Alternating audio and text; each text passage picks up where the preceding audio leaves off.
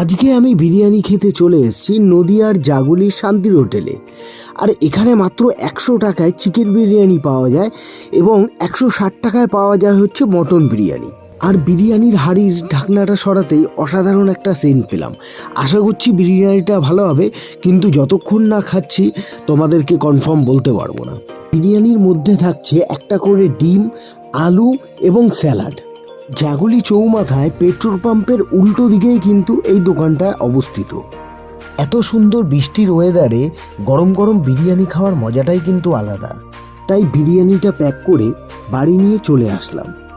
So বন্ধুরা, বিরিয়ানিটা প্লেটে সাজিয়ে নিলাম আর এবার খাওয়াটা শুরু করি। মটনটা তো দেখেই লোভ লেগে যাচ্ছে। আর দেখো বন্ধুরা, মটনটা যথেষ্ট জুসি এবং একদম কিন্তু নরম। মানে আঙ্গুল দিয়ে জাস্ট চাপ দিলেই কিন্তু হাতের মধ্যে